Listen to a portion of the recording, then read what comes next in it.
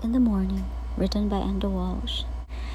They were once made of course, these wooden blinds, once brand new and wrapped tastefully probably, and bought as part of a bigger dream by a young couple, maybe, who made the longest car journey to the outskirts of the city, to a warehouse housing various homewares.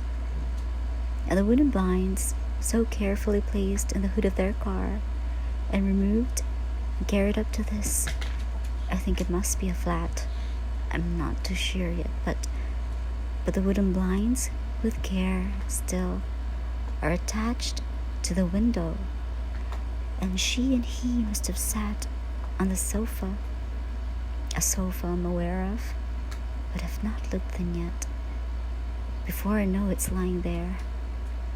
But they sat on the sofa, drinking tea and eating 2 packets of biscuits, and stared up at these wooden blinds, and what they felt in their stomachs beneath the sugar mush of tea mixed with biscuits, what they must have felt was pleasure. Not pleasure, success. They have lost their luster, these blinds, not completely, but a few summers have begged them dull. Even from where I'm lying I can see it, or maybe just guess it, that from the outside they're graying like I am, and they're tired like I have been. They've been ignored like everything else. I try again to think of the faces of the couple who bought these blinds, who owned this flat. For now I'm sure it's a flat. But I can't see their faces when I shut my eyes. In the darkness I try to construct what they looked like again, and so I try to get their eyes and noses with no definition. Hair that moves like a cloud, and a changeable head that makes them composite of a man and a woman whose features lead back into black. I set my eyes back, opened back, onto the wooden blinds. My stomach sours for a moment, not from anything eaten. I don't eat, I know that much. But lying on the floor is a cream-colored carpet. I can see that now. And lying here on this carpet, I can feel my stomach share this sourness with the rest of me, with my head, certainly. What have I done?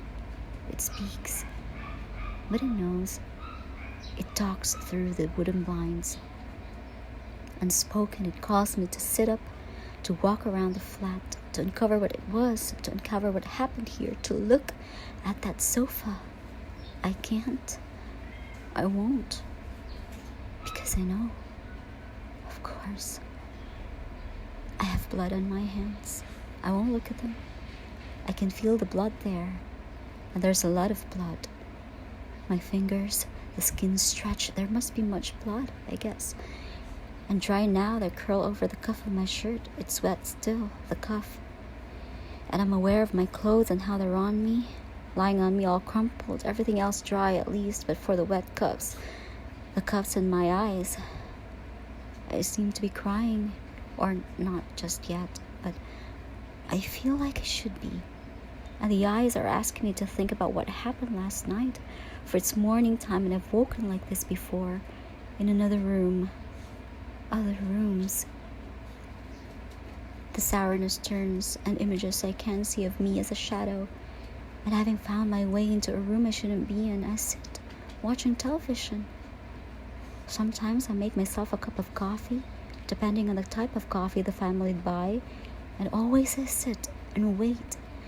And it seems wrong to open drawers or wardrobes, to enter bedrooms even.